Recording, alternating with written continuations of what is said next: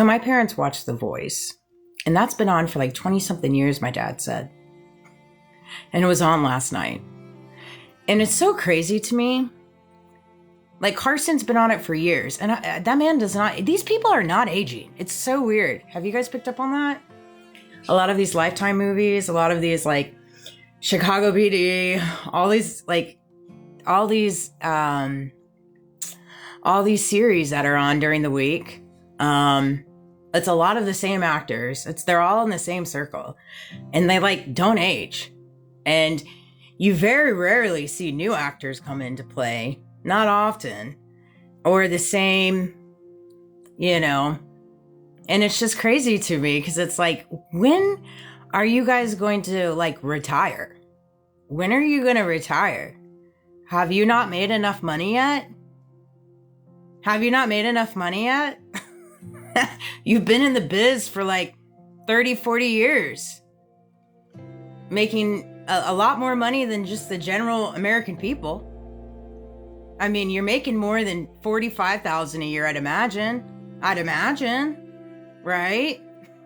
So, like, when are you going to step aside and retire and go enjoy the fruits of your labor? But they don't do that. It's so weird. You see it in the political arena. They won't retire. They stay there until they die. Why is that? Why? I'll tell you why. Because it's all connected. It's all underground. They have all these little secret cults, all these secret little things, and you buy into it, and they carry a lot of dirty secrets. Okay? And this day and age, there's not a lot of people that want to get wrapped into it. They go into the entertainment biz or the political arena or the news or, different movies, and they get a taste of it. They're like, no, we're out. Nope. We don't want any of that. So they leave. But if you see the ones that stay and then they fly to fame overnight, like Jelly Roll and all these different people, and then they look completely different, pretty much gives it away. It gives it away. Like, oh, okay, they took the bait. All right, so they're in, right? And so we're just kind of seeing that. We're seeing it. But it's funny because I saw The Voice. I'm like, Carson, dude, I used to watch you from TRL on MTV. When are you going to retire? Better yet, when are you going to age a little? I mean, give these people a chance. Give people a fighting chance to make what you make for a living. See, but they won't do that. They won't. Why?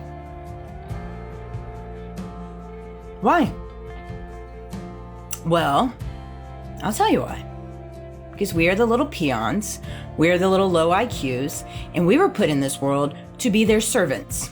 We were put onto this world to watch them, sit on our couch, watch them while they're on the TV, right? And they make millions, they make thousands, hundreds of thousands, and we watch, and we idolize, and we're like, oh, maybe one day that'll be us. Maybe one day. That's what we do. That's it.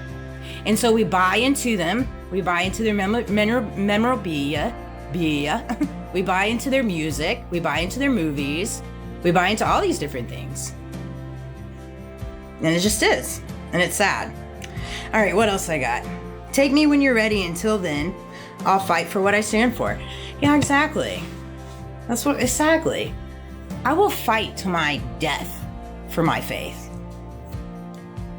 I literally will.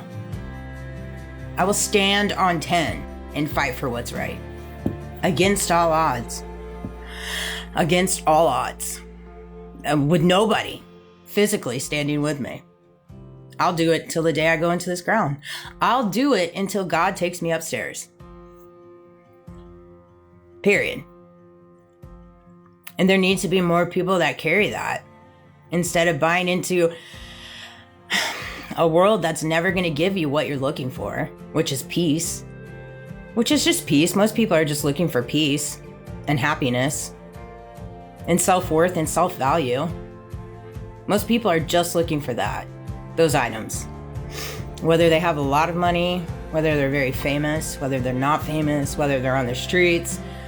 Most people are just looking for peace, happiness, self-worth, and self-value. Those are the 4 pillars that people are looking for. Generally. No matter who you are, you're still yearning for those things. No matter what side of the fence you're on, you're still yearning for those things. Right? And so often enough, people are not realizing that you're never going to achieve those feelings until you find a desire within yourself to fight for what's right. You know? And it's one of those things you have to decide whatever that looks like for you. Until you figure out what you feel within your heart of hearts, what is right and what is wrong, you're always going to be searching. You just are. It's sad, but it's true. All right, that's it. So yesterday or last night, it came to me. God has had his hand on my life, my entire life. And I think that's something that we don't recognize. Like, I was baptized in 2018. Okay. But I now realize I can date back all the way when I was a kid and God being present and me not even realizing. And just different interactions, different situations. And so my name is Amanda. All right. And my brother and sister's name is Jonathan and Jenny. So I'm A and they're 2 J's. And I asked my parents the other day, I was like, why did you name me Amanda and the other 2, Jonathan and Jenny? Like, what's the difference? Why didn't I get a J? I mean, I don't care, but it was just, and so my dad came up with the names for all of us. I was named after that song, Amanda. And it's kind of the story I got, but it came to me. So when I got pregnant, it was a surprise pregnancy. I found out when I was 2 weeks old and I didn't think I could have kids. I was told I couldn't have kids. So it was an unplanned pregnancy. Okay. And I was just 100% confident that I was having a little girl for some reason. I just thought I was having a little girl. I don't know why. I just did. So I told my son's father that he could name our child if it was a boy. You know, I said, hey, if it's a boy, I'm sure it's a girl, but if it's a boy, you can come up with his name. And sure enough, it was a boy. And so he came up with a name. And my son's name is Ashton. And it's funny because my son's father came up with a name. And so his initials are ATS and my initials are ANS. And it was just one of those things, like, and again, I just give you an example of these things because you just don't realize, I guess, okay, and again, a lot of people don't follow signs and synchronicities, patterns, divine alignment. There's so many different signs and synchronicities that I see all day, whether it be the motion of the wind, the motion of the birds, the motion of the vehicles, the motion of a song. I just pick up on so many different things where like I can pick up on like when God's communicating with me through different signs and stuff. And throughout my entire day, through my dreams, through my meditation, my inner dialogue within myself. And these are just all things that I've kind of had my entire life, but I'm really kind of focused on it and been ramping it up, right?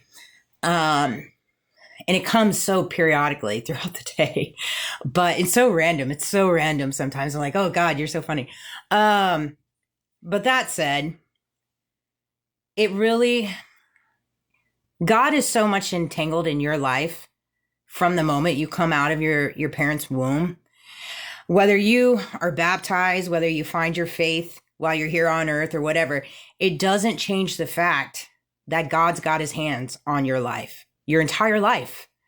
And you don't see that until you spiritually wake up and become connected with God and grow an intimate relationship with him and the Holy Spirit and Jesus. And then you can kind of go back in your timeline and see like, oh, I saw what you did there, God. Oh, that makes sense now.